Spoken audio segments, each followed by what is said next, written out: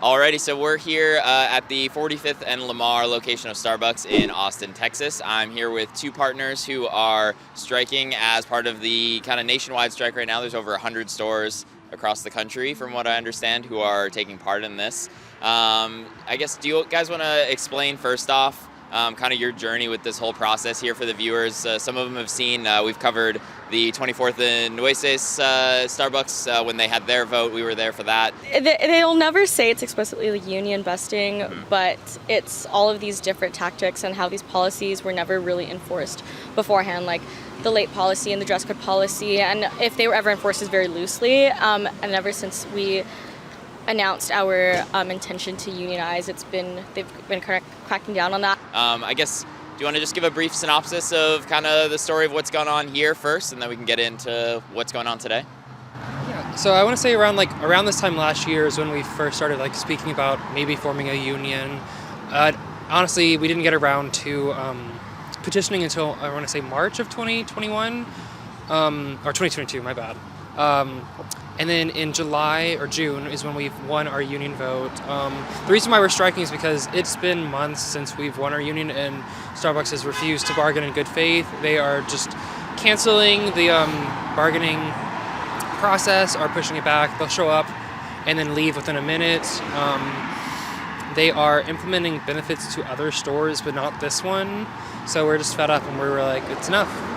Absolutely. So it sounds like their corporate is potentially targeting this location because you all, to give these guys the props that they deserve here too. This was the first unionized Starbucks in the state of Texas, correct? This was indeed. Yeah, so I'll leave this question for you.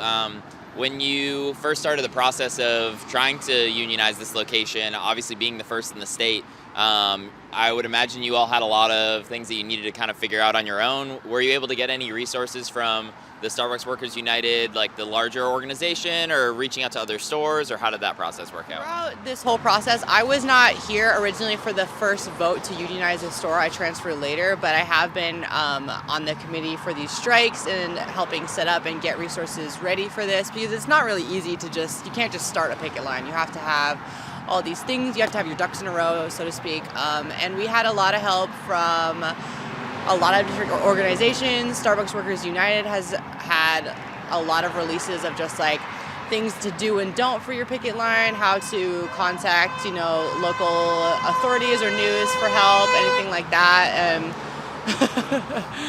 Seems like you're getting some honks in support. Yes, the people are very happy on the street today. Yeah. Great. So I guess, and then as far as this going on today, you guys were out here yesterday as well, from what I understand. So do you want to just explain what this strike that's going on here and at stores across the country is kind of targeting? I know this is a big part of sales for Starbucks for the year.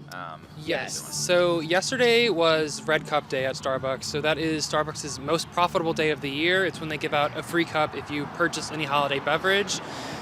So over 100 union stores got together and decided on a mass protest of Red Cup Day. It's usually one of the hardest days to work because it's so busy. It's our Black Friday, essentially. It is just really grueling, and the customers that do come in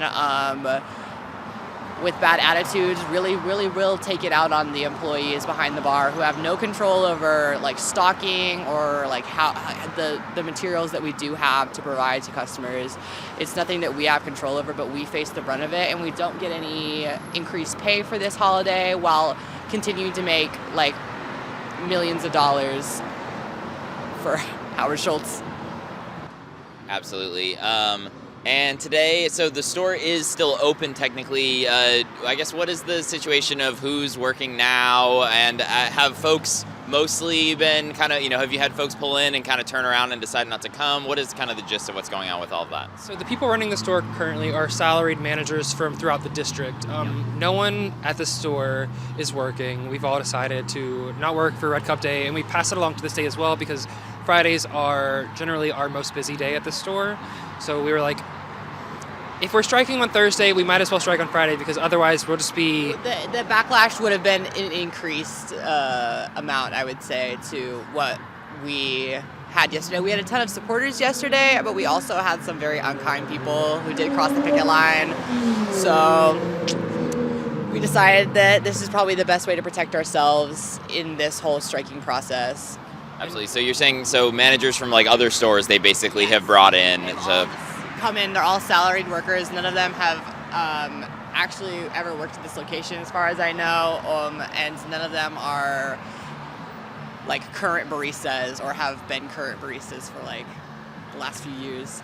Have there been any repercussions so far from striking at this location? Like with this, having all of the employees essentially saying, "Hey, we're not going to work Thursday or Friday." Has there been any messaging that's been sent down to you all, or left to be heard? I think it remains to be seen what it's going to be like tomorrow. I mean, really, once this day ends, our official strike notice ends, I think that's when we're going to see really what the result of this is going to be. Because for now, they can't really do anything, but I don't know. Gotcha. I guess a final question or two here for you. What are some of the next steps for you all with this store? It seems like Starbucks is, whenever you all are supposed to be meeting, they're not really fulfilling their end of what they're supposed to be doing. What do you both see as the next steps potentially coming for you all here at this location, and maybe broader for this movement in general? The tagline that we've been really going over is bargaining in good faith, and what that really means is seeing us as not the enemy and as people who do want to improve this store and make it better for the customers and work in tandem to make this a symbiotic relationship, because we enjoy our jobs, and a lot of us just want the security that comes with working in a job for years that you love, and you learn and you train and you improve just to get better and better, and we want to feel like we can't just be tossed aside by the company that we've devoted years to. Yeah, I think the next steps would be seeing if Starbucks corporate actually listens to us and actually does start bargaining in good faith. I mean, if they continue to walk out on meetings and push it back, there's only so much that we can do before going on another strike.